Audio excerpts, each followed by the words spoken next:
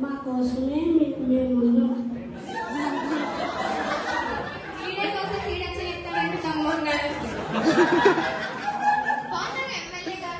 బాగున్నాం.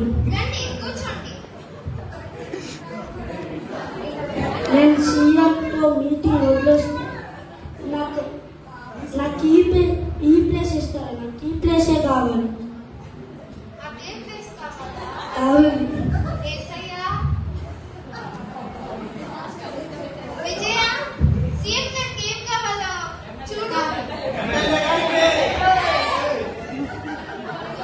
సీట్లు బాగుందమ్మా. సీట్లు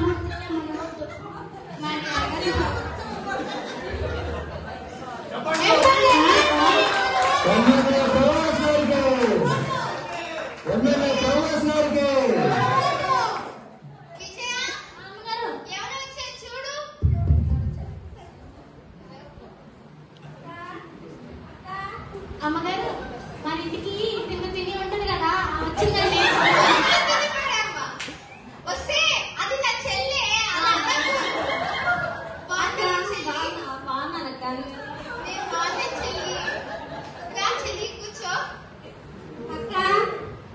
కూర్చోమన్నారే కూర్చోనా నేను. సరే చెల్లి ఇల్లంతా నీదే. ఎక్కడ ఇష్టం ఉంటుందో అక్కడ కూర్చో.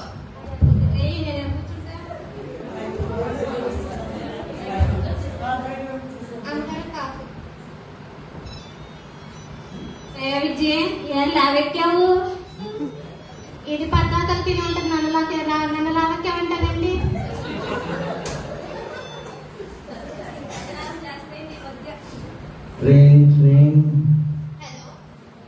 హలో ప్రియా.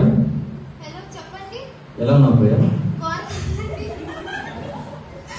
అదే నీకు మనం చెప్పాను కదా, మన బిజినెస్ లో మనకి మొత్తం లాస్ వచ్చింది. ఇన్ని రోజుల్లో మనము సంపాదించుకున్న ఆస్తులన్నీ ఒకసారిగా అన్ని పోగొట్టుకున్నాం. మన దగ్గర నాకు తెలిసేంత వరకు ఏమీ లేదు. సరే ప్రియా, నాకు ఒక అర్జెంట్ కావాలి కదా, చేస్తాను. ఇప్పటిదాకా మతాల్లో గెలిపాము. అప్పుడే మాట్లాడింది ఏం లేదే. చెప్పండి అమ్మగారు. చెప్పండి అమ్మగారు. నువ్వేం ఆడిస్తావా చేసిస్తావా? ఒకసారి చెప్పండి అమ్మగారు. పోవే. ఏం లేదు. చెప్పండి అమ్మగారు. అదేం కాదే, మా ఇంట్లో అది మా బిజినెస్ అంతా ఒకేసారి డౌన్ అయిపోయింది. నేనేం చేయాలి నాకేం తోచట్లేదే. అమ్మగారు నేను మాట చెప్పినా, మీరు ఈరోజు ఇంతమందిని పిలిచారు. మీ ఫ్రెండ్స్ మీ స్నేహితులు అందరినీ పిలిచారు. మరి వాళ్ళ మాట అడిగి చూడండి, సాయం చెప్తానేమో. అంతేనంటావా? అడగండి అమ్మగారు, నా మాటేనండి. సరే. కిరణ్ గారు, ఎస్రా గారి గారు, చెప్పు ప్రియా. నాకు కొంచెం ఫైనాన్షియల్లీ ప్రాబ్లం వచ్చింది. హలో వస్తుంది సార్. ఖచ్చితంగా షూట్ ఉందంటే నేను వెంటనే వెళ్ళాలి. సారీ. అది కాదండి కిరణ్ గారు, ఒక్క నిమిషం. డాక్టర్ గారు, గమ్ని గారు, హెల్ప్ చేస్తున్నారా? చెప్పండి. నాకు ఫైనాన్షియల్లీ ప్రాబ్లం వచ్చింది. అయ్యో నాకు ఇప్పుడు అర్జెంట్ గా సర్జరీ ఉంది, నేను వెళ్ళాలి. సారీ. సింగర్ గారు, దేవండి గారు, నాకు కొంచెం ఫైనాన్షియల్లీ ప్రాబ్లం ఉంది. మీరు నాకు కాల్ వచ్చింది. నా వీడియోస్ చేయాలి, షోకి వెళ్ళాలి.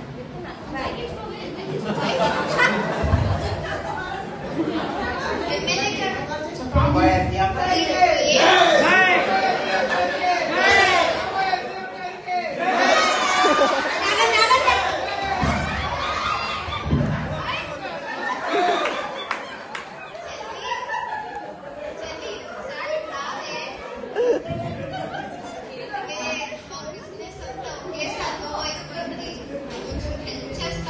నీకు తెలిసే కదక్క, స్కూల్ ఫీజులని పిల్లలు కానీ అది ఇదని ఇప్పుడు ఏం కదా. సరే వస్తాను. నువ్వు షాపింగ్కి వెళ్ళేటప్పుడు తప్పకుండా పిలివే, నేను వచ్చేస్తాను.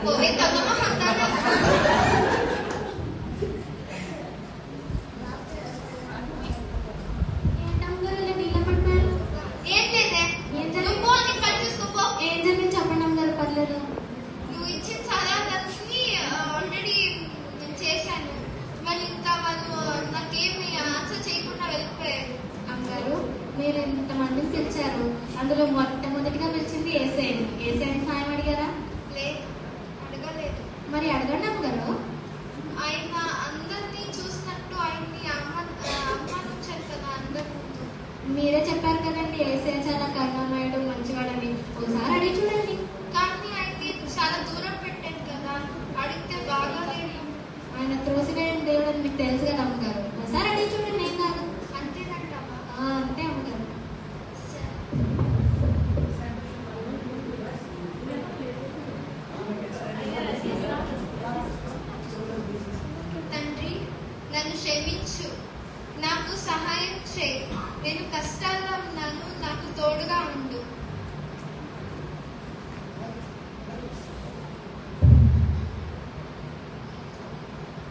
భయపడకుడు, పేరు పెట్టి నిన్ను పిలిచాను. నేను నీ తోడుగా ఉంటాను, నీ నీడగా ఉంటాను. నేను నీకు సహాయం చేస్తాను. నువ్వు నీ తప్పులను తెలుసుకుని ప్రాధాయపడినందుకు నీ తోడుగా నేను ఉంటాను. నువ్వు నన్ను ఇప్పటికీ అర్థం చేసుకున్నందుకు నీ మొరలన్నీ నేను ఆనందించుతాను. థ్యాంక్ యూ యేసయ్య.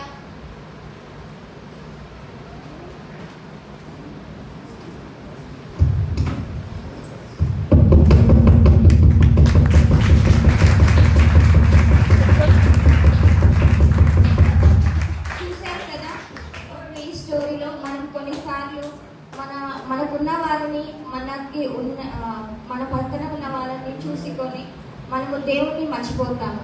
కానీ ఈ యొక్క దినాల యొక్క స్థితి ద్వారా మనం ఏం నేర్చుకోవాలంటే, ముఖ్యమైనది మనం ప్రాముఖ్యంగా దేవునికి ఇవ్వాలనేసి మన సమయాన్ని, మనకున్న వాటిని మనం చూసుకోకుండా, లోక సంబంధాన్ని చూసుకోకుండా దేవునికి ప్రాముఖ్యతగా ఇవ్వాలనేసి ఈ యొక్క స్థితి ద్వారా మనం నేర్చుకోవచ్చు. Thank you.